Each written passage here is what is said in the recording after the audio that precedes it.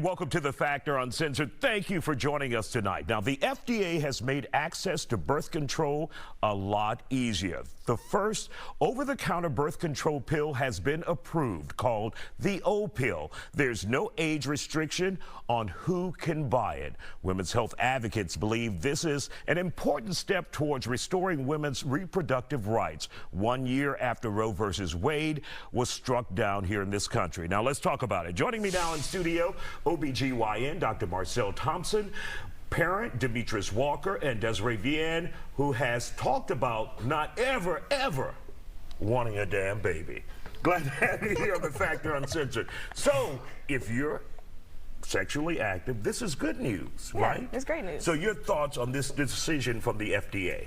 I think it's amazing because, like you said, a lot of women's rights were taken away with Roe versus Wade being overturned, and now you have a chance to get a little bit more of our ownership of our body back, because now instead of being like, oh, like, why are you getting an abortion because like birth control wasn't accessible, but now it is. So it's like now I can choose if I want to have a baby, when I want to have a baby, and nobody can like know like my information, because you know usually when you go to a doctor, a lot of people are in your business and the prescription, and it goes through a whole process. Now you don't have to go through like the whole process. You can go up there, hey, I want birth control, give it to me.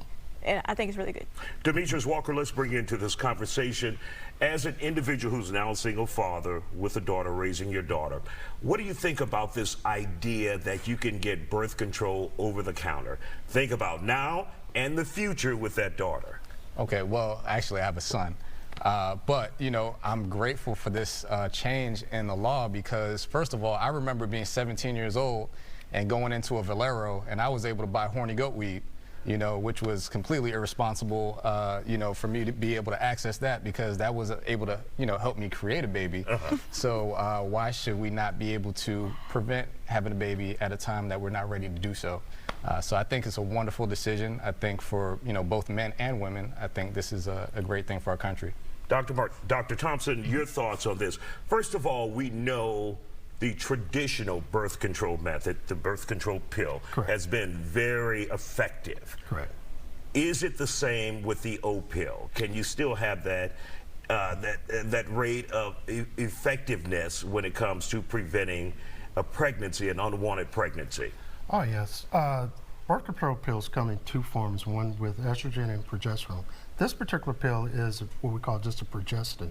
The only difference really is that you have to take, the pill has probably about a 3-hour window, so the females have to take the pill around the same time each day, as opposed to other birth control pills where they could just take it once in a 24-hour period. So it has some aspects. Certain things with it is that you may have ability where you might bleed a little bit irregular.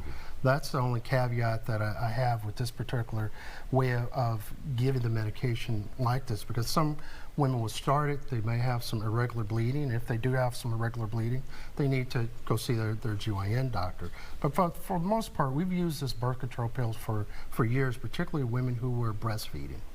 Now, for those who are wondering, how long has it been on the market compared to what we know as a traditional birth control pill? Well, this pill hasn't been on the market. It's due to come out in early 2024. So this pill, but the type of just progestin pill has been around since probably around 1972 or so. So it's been around for a while, but of course with prescription. And when you think about this pill now being approved for over-the-counter, what are your thoughts on it? Do you think this is a good thing for society? You have questions about it? Are you concerned about the side effects with the bleeding? What? Well, you know, a lot of over 100 countries have women can go and get over-the-counter oral contraception. So I think it's a plus in that aspect that if it ties down, if it keeps down the rates of unwanted pregnancies, which will affect so far as with the decreased rates of abortion, or having a woman having to decide whether there's abortion, if they have the abortion or not, it's a plus win. The aspect so far as with the regular bleeding, I think more women probably would do fine with it, but some women who have some bleeding, they just need to get in contact with their female provider. Does that give you any concern about the bleeding as a side effect?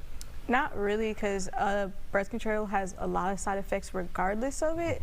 But like this one doesn't seem as bad because like, you know, usually you get like weight gain, you get mood swings, and like so many other things that go along with it. But a little bleeding, like, that's not really too concerning. Are you surprised that it took this long to get it over the counter? Yes, because if I can go to the store and just go buy condoms, I don't see why I couldn't just go to the store and buy birth control as well, because that's two different forms of prevention of pregnancy.